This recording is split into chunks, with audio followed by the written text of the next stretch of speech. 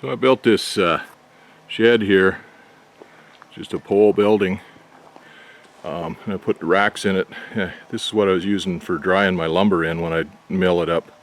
I've got 4 bays there and then one big one on the side, and what I do is I'd mill the lumber up, bring it over here and sticker it and stack it up, kind of sorted it between different species and different sizes.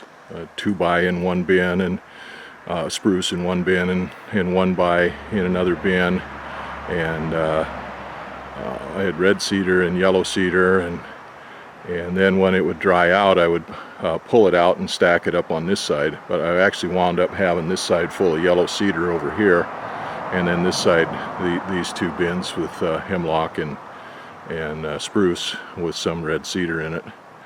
And it worked fine while I was doing everything by hand. But I've got Bobcat, and with the forks on it now, it's a lot easier to move the wood around, and it's kind of a pain in the tail to get the wood out of those racks, because you have to pull each piece out individually. And when I wanted, it always wind up getting mixed up, because I'd pull wood off of one pile and stack it on another pile temporarily, well, to get the board at the bottom of the one pile I wanted, and then everything would get all mixed up, and you got to pull all the wood out of there to get down to the one you want, invariably. So anyway, it's still working, but I'm going to have to tear that building down to put my driveway in anyhow. So what I did here, again with the Bobcat, with the forks on it, it makes it a lot easier to move this stuff around. But so the Bobcat is it's not a forklift, it's only pack 2,000 pounds or lift 2,000 pounds at a time. So what I've done here, so you can see the stack there, that's green wood that's stacked and stickered, and then I've got 4x4s and 4x6s on top of that stack, and then there's a stack on top of it of dry wood that's been air dried for several years, and then there's another well, I built a cover for it with some old tin, got that on there, and then I've got those are 2x12s for floor joists, yellow cedar, and they've been stacked and stickered for several years, so they're pretty well dried. And then there's some miscellaneous other stuff on top of that. And then over here, let's see, I've got, that's some polycarbonate sheeting for the greenhouse, and then a bunch of plywood that we've salvaged. And then underneath that is some spruce 2x12s that I cut for scaffolding planks.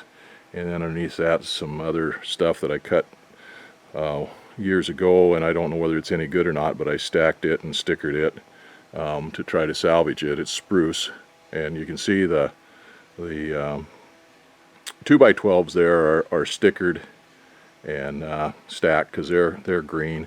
And then there's another pile of miscellaneous odds and ends that got pulled out. On top there is the bend, real thin stuff is yellow cedar lap siding. Got another pile of well, 4 piles or whatever. At the top there is red cedar, and then underneath it is some yellow cedar that I got that's been stacked and stickered, so it's green. And at the bottom, some of that stuff in the bottom is pretty dry, and then the stuff on the bottom is green. Oh, and I've got little tin covers made for it to protect it from the elements, protect it from the rain.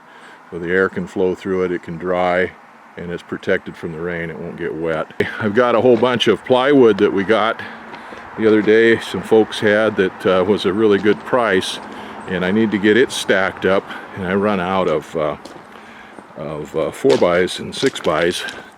So I've got all of this little wood over here, and I'm milling it up now into 4x4s and 6x6s. Some of this stuff is tops from bigger trees that we've got. Some of it is just stuff that we had that we used for bunks on the trailer when we hauled the bigger logs.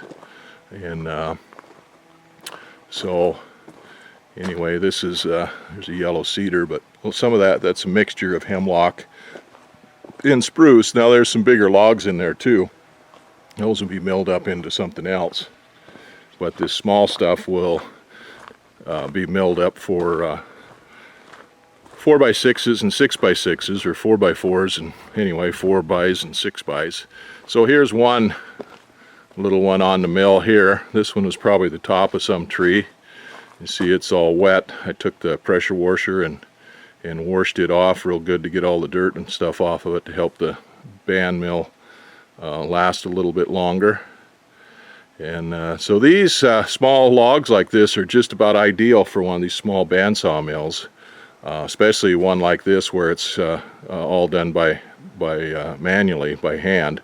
Well, the mill drives by hydraulics and everything, but the log turning is done by hand, and these logs aren't near as hard to turn by hand as those over there. And so that's just about ideal for these little bandsaw mills. It goes through them pretty fast. You don't get as much production out of it because you only get one or two pieces out of each one of them, depending on what you're making. Since I'm making 6x, I'm only getting one or two pieces out of each one of them. But they go pretty fast. And see, there's one 6x6 that I just made, just finished, and that can be used on the bottom of these plywood. So that piece is going to be another 6x6 and whatever else I can get out of it. I've used this, get this little 1200 psi electric pressure washer that I've been using here. I got this spring. I like the 3200 psi one better because it'll peel the bark off and stuff, but I haven't had very good luck yet with one of the gasoline ones. They keep breaking down, and it's not like I can just run to Home Depot here and grab another one. So I got this little electric one here, and I actually like it. I wished it had more pressure, but it works pretty good because it can sit there and it's ready to go. As soon as I pull the trigger on it, it's firing water out. It's pressurized, and you don't have to turn it on or off or crank it, anything else. It's just there, ready to go. And as soon as you let go of the trigger, it shuts off, and as soon as you pull the trigger, it starts blasting. It's not a very strong blast, but it's working. It won't peel the logs, it won't peel the bark off, but it gets most of the dirt off okay. So.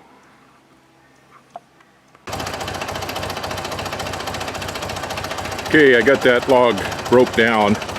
There's slabs and stuff off of it, and I got one nice 1x6, and I've got 3 1-inch boards on it there that come off of it.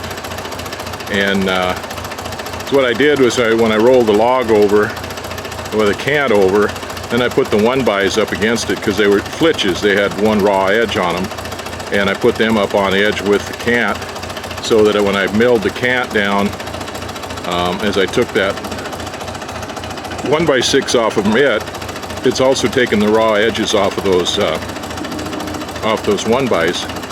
And so now I've got an 8-inch by 8x6 and two real nice 1x8s, and one that still needs to be trimmed a little bit.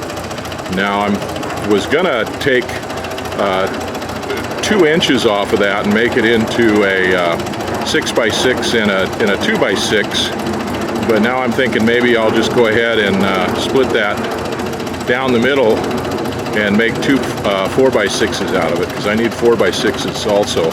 So there wasn't enough on it to make a 4-inch out of that top there. It just wasn't quite enough for that, but it did make 3 nice 1x's.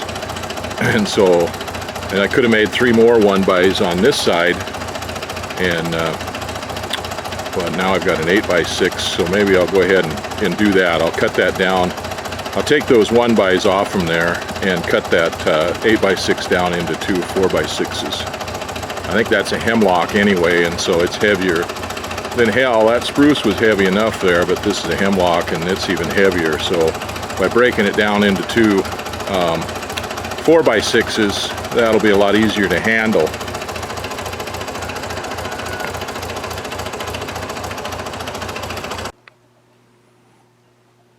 Okay, now I got a little yellow cedar top on here, and I did 2 hemlock logs, and I got one 6x6 out of one log with a couple of boards, and then the other one I got 2 4x6s with 4 nice 1x boards. This little yellow cedar is pretty small. I'll be lucky to get a 6x6 out of it. Won't be anything left of it except for the bark, which is fine because the bark makes good firewood, or well, this one would probably be firewood because it's busted up a little bit. So I've got a little chunk underneath that one to support that top because it's got quite a bit of taper in it. And you want the cut to run parallel with the heart of the wood so the grain doesn't run out. Not so important on a timber like this, especially for what it's going to be used for, but it's still good practice. So you don't want the top of the log flat with the movement of the carriage or the movement of the blade. You want to split the difference between both sides and the heart. So what I do is measure from the butt end, the big end, to the heart, and then you can measure from the big end to the heart and then measure from the little end to the heart, or you can measure from the bottom of the table to the top of the log and divide that in half and then raise the top of this end to that. And it's kind of the same thing, except it's more accurate to run from heart to heart. It gives you a cleaner cut that way, because the hearts are not always parallel with the run of the log. But either way is a lot better than just letting the grain run out. So that little log was ready to be whittled up, and we'll get another 6x6 out of it. Okay, well, I pulled out some little tops, some logs there to mill up. I kind of had a surprise. The first one I threw on there was a red cedar. So instead of cutting it up into timbers, 6x6s, I just cut it up into 1x's. That one made some nice 1x8s, and we got some slabs down here that Judy can take some of those and cut up and make handles for knives that she's making. The rest of it makes excellent kindling. But I think those 3 right there are also red cedar. So yeah, Carl's packing that board a whole lot different than he did that hemlock. Oh, anyway, 2 of them are spruce there, so they'll make timbers. But those other ones, red cedar's too hard to come by around here just to waste for timbers for my stacking my wood on. They make timbers for something else, and I may make a timber out of that one little one there, because it's too small to make very good boards. There's a lot of, these aren't excellent boards because they've got some pretty good sized knots in them, but they're look like they're solid knots so far. And I had a couple of them that wound up with the knots going perpendicular or parallel with the grain of the wood instead of through it, but they're not structural. They'll just be for siding or decoration or something.